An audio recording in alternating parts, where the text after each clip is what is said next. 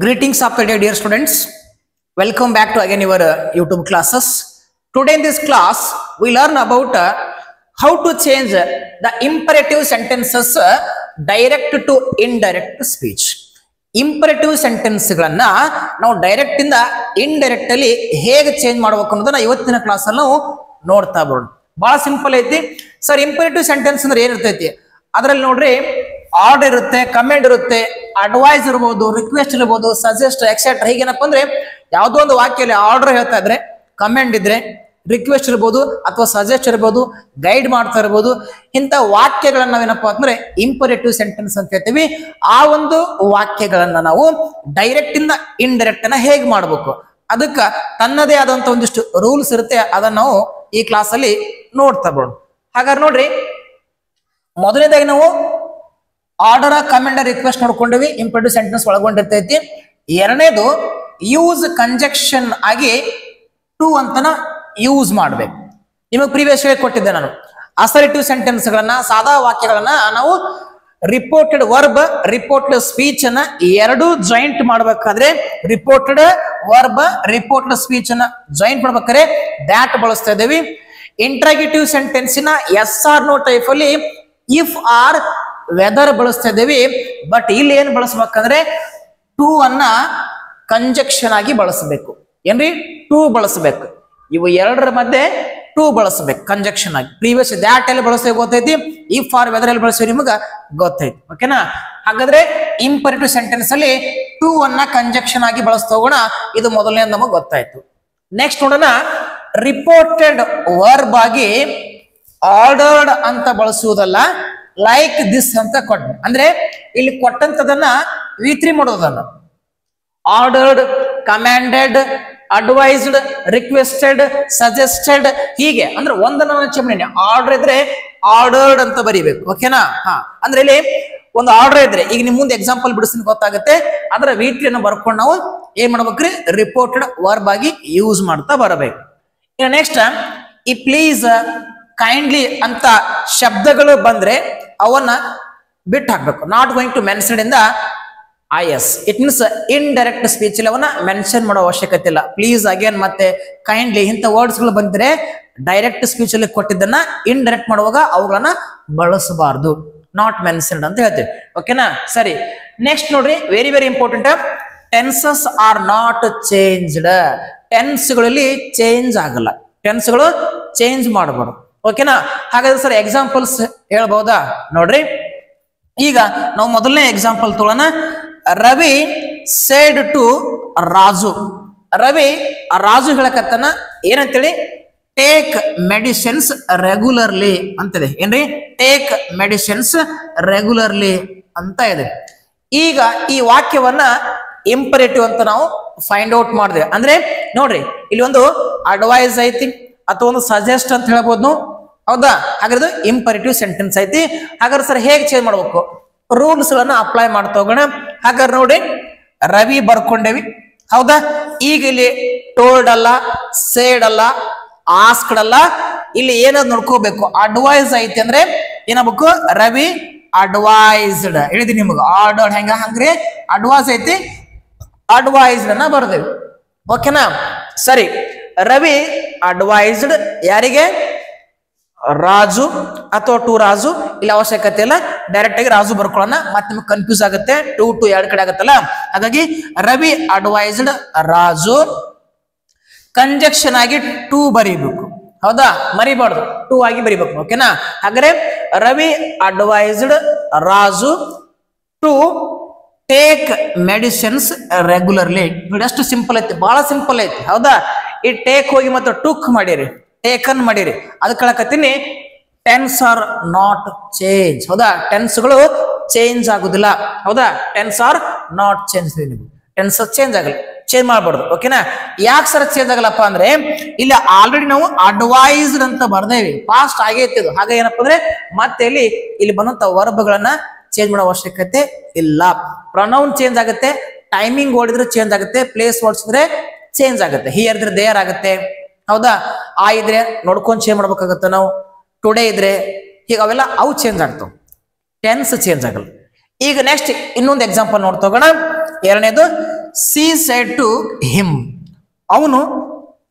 ಅವಳು ಅವನಿಗೆ ಹೇಳಕತ್ತಾಳೆ ಏನಂತೇಳಿ, ಪ್ಲೀಸ್ ಬ್ರಿಂಗ್, ಹೌದಾ, ಪ್ಲೀಸ್ ಬ್ರಿಂಗ್ ಮೀ ಆಗು, please bring me, bring my book. ಓಕೆನಾ, ನೋಡ್ರಿ ಪ್ಲೀಸ್ ಬ್ರಿಂಗ್ ಮೈ ಬುಕ್ ಅಂತ ಇದೆ. ಓಕೆನಾ, ಹಾಗಾದ್ರೆ ನೋಡಿ ತಗೋಣ ಏನಾಗುತ್ತೆ.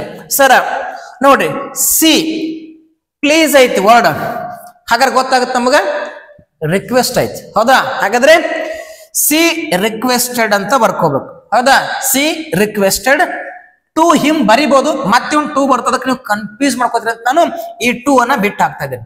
ಹೌದಾ, ಸಿ ರಿಕ್ವೆಸ್ಟೆಡ್ ಹಿಮ್ ಅಥವಾ she requested to him to ಅಂತ ಬರಿಬಹುದು. ಓಕೆನಾ, ಹಾಗಾದ್ರೆ ಸಿ ರಿಕ್ವೆಸ್ಟೆಡ್ ಹಿಮ್ ಟು ಯಾಕೆ ಬಂತು ನಿಮ್ಗ ಹೇಳಿದ್ವಿ, ನಿಮ್ಗ ಕಂಜಕ್ಷನ್ ಆಗಿ ಟೂ ಅನ್ನೇ ಬಳಸಬೇಕು.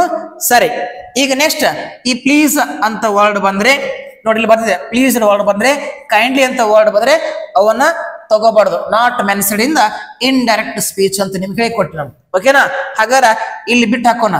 ಇದ್ರ ಮೀನಿಂಗ್ ಕೊಡ್ತೈತೆ ಆಲ್ರೆಡಿ. ಯಾಕೆ ಹೇಳ್ರಿ, ಈ ಪ್ಲೀಸ್ ಅನ್ನೋದನ್ನ ಇಲ್ಲಿ ರಿಕ್ವೆಸ್ಟೆಡ್ ಅಂತ ತಗೊಂಡೇವಲ್ಲ ನಾವು. ಅವಳು ರಿಕ್ವೆಸ್ಟ್ ಮಾಡ್ಕೊಂಡ್ಳು ಅವನಿಗೆ, ಮುಗಿತಲ್ಲ, ಮತ್ತೆ ಪ್ಲೀಸ್ ಅವಶ್ಯಕತೆ, ದೇರ್ ಇಸ್ ನೋ ನೆಸೆಸರಿ. ಓಕೆನಾ, ಹಾಗಾದ್ರೆ ಸಿ ರಿಕ್ವೆಸ್ಟೆಡ್ ಟು ಹಿಮ್ ಅಥವಾ ಹಿಮ್ ಟು, ಇಲ್ಲಿ ಟು ಬರ್ಲೇಬೇಕಾ, ನೀವು ಇಲ್ಲಿ ಮಿಸ್ ಮಾಡ್ರೂ ಪರವಾಗಿಲ್ಲ. ಹೌದಾ, ಇಲ್ಲಿ ನೋಡಿ ರವಿ ಅಡ್ವೈಸ್ಡ್ ಟು ರಾಜು, ಇಲ್ಲಿ ಟು ಬರೀದ್ರು ಓಕೆ, ಬರೀದ್ರು ಓಕೆ, ಬಟ್ ಇಲ್ಲಿ ಮಿಸ್ ಆಗ್ಬಾರ್ದು, ಕಂಜಕ್ಷನ್ ಆಗಿ ಬಳಸಲೇಬೇಕು. ಓಕೆನಾ, ಹಾಗಾದ್ರೆ she requested him to bring, ಏನಾಗ್ಬೇಕು ನೋಡ್ರಿ, ಬ್ರಿಂಗ್ ಮಾಯ್ ಅಂತ ಇದೆ. ಹೌದಾ, ನೋಡ್ರಿ ಬ್ರಿಂಗ್ ಅಂದಾಗ ಅವಳು ಯಾರಿಗೆ ಹೇಳಕತ್ತಾಳ, ಅವನಿಗೆ ಏನಂತ, bring, please bring my book ಅಥವಾ ಮೈ ಬುಕ್ ಅಂತ ಹೇಳಕತ್ತಾಳ. ಹೌದಲ್ಲ, ಅಂದ್ರೆ ಅವಳು ಪುಸ್ತಕ ಅಲ್ಲ, ಹಾಗೇನಾಗುತ್ತೆ ಮೈ ಬಿಕೇಮ್ ಹರ್ ಆಗುತ್ತೆ, ಪ್ರನೌನ್ಗಳು ಚೇಂಜ್ ಆಗುತ್ತೆ, ಟೆನ್ಸ್ ಚೇಂಜ್ ಆಗಲ್ಲ, ಬ್ರಿಂಗ್ ಹೋಗಿ ಬ್ರಾಟ್ ಆಗಲ್ಲ. ಓಕೆನಾ, ಏನ್ರಿ, ಬ್ರಿಂಗ್ ಹರ್ ಬುಕ್ ಅಂತ ಆಗುತ್ತೆ. ಓಕೆನಾ, ಬ್ರಿಂಗ್ ಹರ್ ಬುಕ್ ಆಗುತ್ತೆ. ಓಕೆ, ಹಾಗಾದ್ರೆ ಇನ್ನೊಂದಿಷ್ಟು ಎಕ್ಸಾಂಪಲ್ಸ್ ನೋಡಿ ತಗೋಣ, ನಮಗೆ ಈಸಿಯಾಗಿ ಗೊತ್ತಾಗ್ತಾ ಬರ್ತದೆ. ಓಕೆ, ನೋಡ್ರಿ ಇವಾಗ ನಾವು ಇನ್ನಷ್ಟು ಸೆಂಟೆನ್ಸ್ ಗಳನ್ನ ನೋಡ್ತೋಗೋಣ. ಓಕೆ, ನೋಡ್ರಿ, the teacher said to the students complete your home work tonight ಅಂತ ಇದೆ. ಓಕೆನಾ, ಹಾಗಾದ್ರೆ ಸೆಂಟೆನ್ಸ್ ಗೊತ್ತೈತೆ ನಮಗ. ಈಗ ನಾವು ಫಾರ್ಮುಲಾ ಅಪ್ಲೈ ಮಾಡ್ತಾ ಹೋಗೋಣ. ಏನಾಗ್ಬೇಕು ನೋಡ್ರಿ, ಹಾಗಾದ್ರೆ ಇಲ್ಲಿ ಏನೈತಿ, complete your home work tonight ಅಂದ್ರೆ ಆರ್ಡರ್ ಇದೆ. ಹೌದಾ, ಆರ್ಡರ್ ಇದೆ. ಹಾಗಾದ್ರೆ ನೋಡ್ ತಗೋಣ, ದ ಟೀಚರ್ ಬರ್ಕೊಂಡೇವಿ, ಸೇಡ್ ಏನಾಗುತ್ತೆ, ಆರ್ಡರ್ಡ್ ಆಗುತ್ತೆ, ಯಾಕಂದ್ರೆ ಆರ್ಡರ್ ಇದೆ ಯಾರಿಗೆ, ದ ಸ್ಟೂಡೆಂಟ್ಸ್. ಓಕೆ, ಬರ್ಕೊಂಡೆ. ಸರ ಕಂಜಕ್ಷನ್ ಆಗಿ ಏನಾಗ್ಬೇಕ್ರಿ, ಟು ಬರ್ಲೇಬೇಕು, must and should, don't forget it, ಮರಿಬಾರ್ದು. ಓಕೆ, ನೆಕ್ಸ್ಟ್ ಏನಾಗುತ್ತೆ ನೋಡ್ರಿ, ಕಂಪ್ಲೀಟೆಡ್ ಅಲ್ಲ, ಟೆನ್ಸ್ ಚೇಂಜ್ ಆಗಲ್ಲ.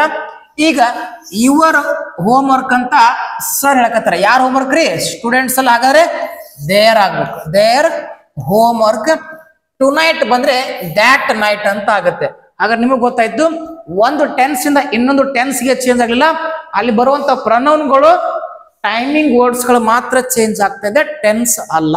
ಓಕೆನಾ, ಸರಿ, ಬಹಳ ಸಿಂಪಲ್ ಐತಿ. ಇಲ್ಲಿ ಏನು ಆರ್ಡರ್ ಆಯ್ತು, ಕಮೆಂಡ್ ಆಯ್ತು, ರಿಕ್ವೆಸ್ಟ್ ಆಯ್ತು ನೋಡ್ಕೋಬೇಕು, ಅದನ್ನ ತ್ರೀ ಮಾಡ್ಕೊಂಡು ಏನಪ್ಪಾ ಅಂದ್ರೆ ಟು ಹಾಕೊಂಡು ಜಸ್ಟ್ ಅಲ್ಲಿ ಪ್ರನೌನ್ಸ್ ಮತ್ತು ಅಲ್ಲಿ ಬರುವಂತ ಟೈಮಿಂಗ್ ವರ್ಡ್ಸ್ ಗಳ ಪ್ಲೇಸ್ ವರ್ಡ್ಸ್ ನ ಜಸ್ಟ್ ಚೇಂಜ್ ಮಾಡ್ಬೇಕು. ಹಾಗ ನೆಕ್ಸ್ಟ್ ಇನ್ನೊಂದು ನೋಡಿ ತಗೋಣ, ಗೊತ್ತಾಗುತ್ತೆ ನಿಮಗೆ. ನೆಕ್ಸ್ಟ್ ನೋಡ್ರಿ, ಹಿ ಸೆಡ್ ಟು ಮೀ ಏನಂತೇಳಿ, please help me in this work ಅಂತ ಇದೆ. ಓಕೆನಾ, ಹಾಗಾದ್ರೆ ನೋಡಿ ತಗೋಣ ಏನಾಗುತ್ತೆ ಅಂತೇಳಿ. ನೋಡ್ರಿ, ಈಗ ಪ್ಲೀಸ್ ಅಂತ ನಿಮಗೆ ಗೊತ್ತಾಗ್ಬಿಡತ್ತೆ, ಡೌಟೇ ಇಲ್ಲ, ರಿಕ್ವೆಸ್ಟ್ ಅಂತ ಆಗುತ್ತೆ. ಹಾಗಾದ್ರೆ ಹಿ ಬರ್ಕೊಂಡೇವಿ, ರಿಕ್ವೆಸ್ಟೆಡ್ ಆಗ್ಬೇಕು. ಹೌದಾ, ಹಿ ರಿಕ್ವೆಸ್ಟೆಡ್ ಯಾರಿಗೆ, ಮೀ. ಟು ಕಂಜಕ್ಷನ್ ಆಗಿ ಬರ್ಲೇಬೇಕು, ಅದನ್ನ ಮರಿಬಾರ್ದು. ಓಕೆನಾ, ಮೀ ಟು ಆಯ್ತು. ನೆಕ್ಸ್ಟ್ ಹೆಲ್ಪ್, ಈಗ ಮೀ ಪ್ರನೌನ್ಗಳು ಚೇಂಜ್ ಆಗುತ್ತ. ನೋಡಿ, ಯಾರಿಗೆ ಕೇಳಕತ್ತ ನಾವು, ನನಗೆ, ನಾವು ಹೆಲ್ಪ್ ಯಾರಿಗೆ ಮಾಡ್ಬೇಕು ಅದ, ಅವನಿಗೆ ತಾನೆ. ಹಾಗಾದ್ರೆ ಹಿಮ್. ಹೌದಾ, ಹೆಲ್ಪ್ ಹಿಮ್ ಇನ್, ಹಾಗೆ ದಿಸ್ ಬಿಕೇಮ್ ದ್ಯಾಟ್ ಆಗುತ್ತೆ. ಹೌದಾ, ದಿಸ್ ಬಿಕೇಮ್ ದ್ಯಾಟ್, ನಿಮ್ಗೆ ಹೇಳಿದ್ದೆ ನಾನು. ಹೌದಾ, ದ್ಯಾಟ್ ವರ್ಕ್ ಅಂತ ಆಗುತ್ತೆ. ಹಾಗಾದ್ರೆ ಏನೇನು ಚೇಂಜ್ ಆಗ್ತಿದೆ ನೀವು ಗಮನಿಸ್ತಾ ಇದ್ದೀರಿ, ಟೆನ್ಸ್ ಅಲ್ಲ. ಓಕೆನಾ, ಓನ್ಲಿ ಪ್ಲೇಸ್ ವರ್ಬ್ಸ್, ಪ್ರನೌನ್ಗಳು, ಟೈಮಿಂಗ್ ವರ್ಡ್ಸ್ ಚೇಂಜ್ ಆಗ್ತಾ ಇದೆ. ಓಕೆನಾ, ಅಂಡ್ ರಿಪೋರ್ಟೆಡ್ ವರ್ಬ್ ಆಗಿ ಅಲ್ಲಿ ಏನ್ ಬರುತ್ತೆ ಅದನ್ನ ನಾವು ತಗೋತಾ ಇದ್ದೇವೆ. ರಿಕ್ವೆಸ್ಟ್ ಇದ್ರೆ ರಿಕ್ವೆಸ್ಟೆಡ್, ಕಮೆಂಟ್ ಇದ್ರೆ ಕಮೆಂಟೆಡ್, ಆರ್ಡರ್ ಇದ್ರೆ ಆರ್ಡರ್ಡ್. ಓಕೆ, ಹಾಗಾದ್ರೆ ಇನ್ನೊಂದು ನೋಡಿ ತಗೋಣ.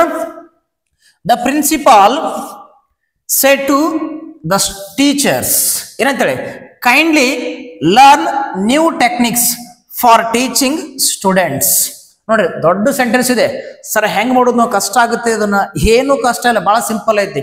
ಹಾಗಾದ್ರೆ ಪ್ರಿನ್ಸಿಪಾಲ್ರು ಟೀಚರ್ಸ್ ಹೇಳಕತ್ತಾರ ಏನಂತೇಳಿ ಕೈಂಡ್ಲಿ ಅನ್ನೋ ವರ್ಡ್ ಬಂದೈತಿ ನೋಡ್ರಿ. ಹಾಗಾದ್ರೆ ಏನಾಗುತ್ತೆ, ಅಡ್ವೈಸ್ ಅಂತ ತಿಳ್ಕೋಬೇಕು, ಸಜೆಸ್ಟೆಡ್ ಅಂತ ತಿಳ್ಕೋಬೇಕು ಅಷ್ಟೇ.